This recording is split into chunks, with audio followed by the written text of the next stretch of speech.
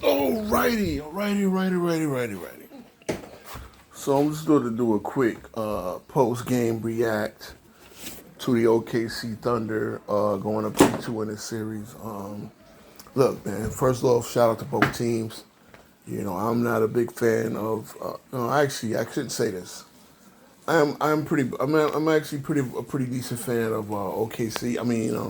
The Pacers, and I like the way they play basketball. They're a team that, again, they come at you in waves. They play high octane, high pace, fast paced game. You know, they give you all you want, and so shout out to them for this was an amazing playoff run. The team was about a quarter away from winning, going up 3-1 in the series, and now they're down 3-2. That's the way it goes, and this is a well played. Again, shout out to both teams because this is a well played NBA Finals without a doubt. What else can I say? Tonight's game being what it was, the outcome did not go OKC's way. Did not go the Pacers' way. But OKC is proving out to be the better team.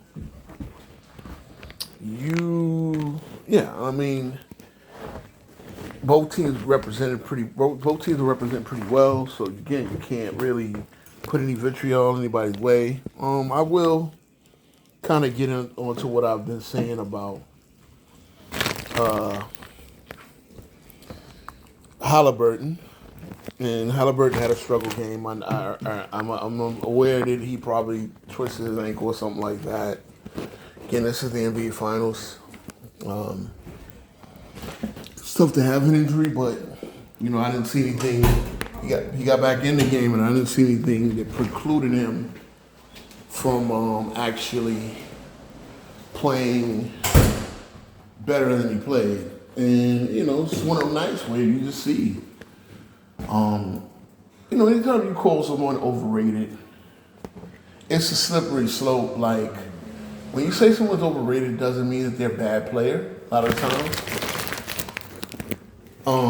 What it really means is there's a general perception on how good a player is, and that player gets placed in pantheons that he probably should be put, a couple of levels down. So, again, Haliburton is a terrific player, terrific talent, no doubt about it.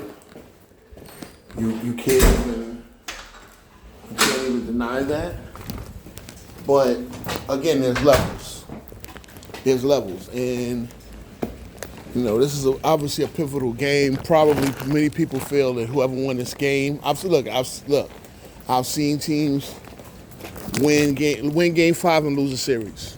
My Knicks in '94 being one of them. We might be the last one to go up 3-2 and ultimately lose the series in 7. So I would have to look back at that. And that's 31 years ago. So again, history's on OKC's side right now. But they came out, gloves off.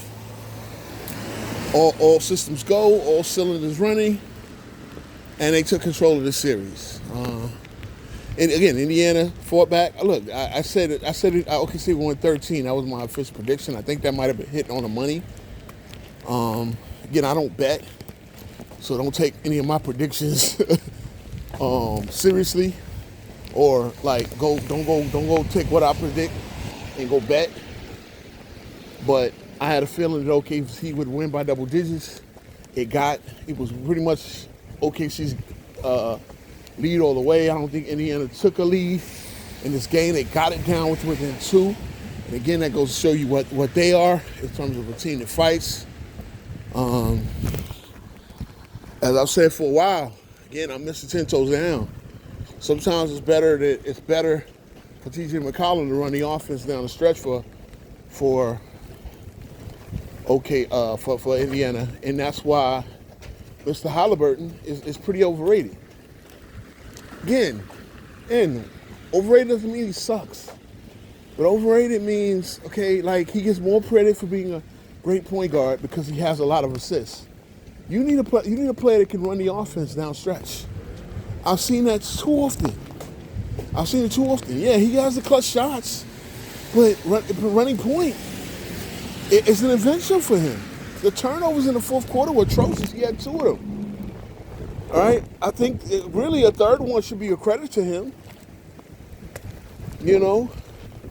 But they didn't. I'm just saying. So, you know, again, you know, I picked up on the second half. You know, I'm packing up. I'm packing to go. I'm getting up at 2 in the morning, 2:30 in the morning to go fly out to Orlando at a 7 a.m. flight. So, you want to get to the airport a couple hours earlier. But there you have it. There you have it. It's just things that you see that show. I mean, it just shows you like again. I don't want to kill a guy, but 4 points in this environment. I don't want to hear it. Ankle, no ankle. Right? I posted it in the Celtics group because all of a sudden the Celtics has pretty much adopted the Pacers as their secondary team, a lot of their fans. And what you get? Oh, he's better than Brunson. Well, Brunson didn't have a 4-point game in the playoffs, fellas. Brunson is the second leading scorer. Brunson is the second leading scorer in the NBA playoffs. He's the second leading scorer. Second in terms of points, second in terms of points per game. I don't believe SGA caught him in points per game average. I got to check again. But at the very least, he's second in points overall and third in points per game. Because there's nobody on OKC who overtook him in the points. I don't think it's anybody in Indiana. They have such a balanced attack. I gotta give props to Jalen Williams. Great 40-point night. You know, again, Captain Siakam needed help. I gotta put belt to ass to SGA tonight. I mean, not SGA, to Haliburton. You can't get 2 games on the road. Somebody in that Celtics fan group said, you know, bet the over on his points. Yeah, you're right. Because you don't get 2 good games out of him. So I wouldn't, you know, is it that he plays better at home? But he doesn't give you 2 straight games. And I mean, I'm just saying, levels. The best player on a championship team, he is not. There's no chance. He would have to have a monumental game 6 and game 7, and the Pacers would have to win for him to get the MVP, the Finals MVP. Let's keep it real. Let's keep it 100. You know, tonight, Captain Siakam had 29. In a losing effort, they had 29. It was in a losing effort in a game that they had a chance to, they were down by 2, coming all the way back from down 18. So, I think there's any chance of Haliburton winning Finals MVP, again, he would have to outperform Siakam immensely to win the award. And it is what it is. We going from there. Look, Siakam has been on this stage. He was the number 2 guy of the Toronto Raptors. He's the second leading scorer in both regular season and the playoffs. You know, they won a championship. So Siakam has been there. You know, again, I'm a little thrown off because I'm walking in the rain, but I really want to kind of just shine on the series. Again, Chat was great tonight. The role players from OKC all chipped in, hit big shots, made big steals. Everybody had a representative game except for your man, Mr. Haliban. And that goes to show you, I'm going to stick to the theme that Mr. Choke is overrated. You know, I'm gonna stick to that thing.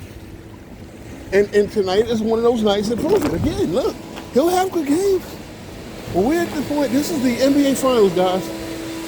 You can't have one good game, one bad game. You can't afford it. Maybe you can afford 2 big bad games at the most, but we've had 3 out of the 5 in the NBA Finals. So, I don't know, me personally, I'm not buying it. So, but you know, on the game 6, I picked OKC in 6 from the beginning. When Indiana went up 2-1, I did not waver. Now I said, OKC better bring it in game 5 or it's over, 4 or it's over.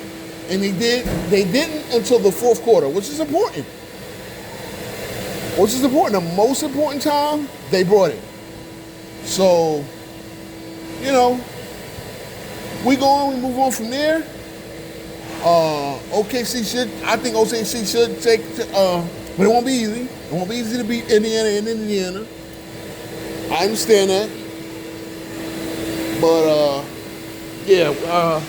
more than likely, SGA will win the Finals MVP, as well as MVP. So he'll be one of those few people that done that.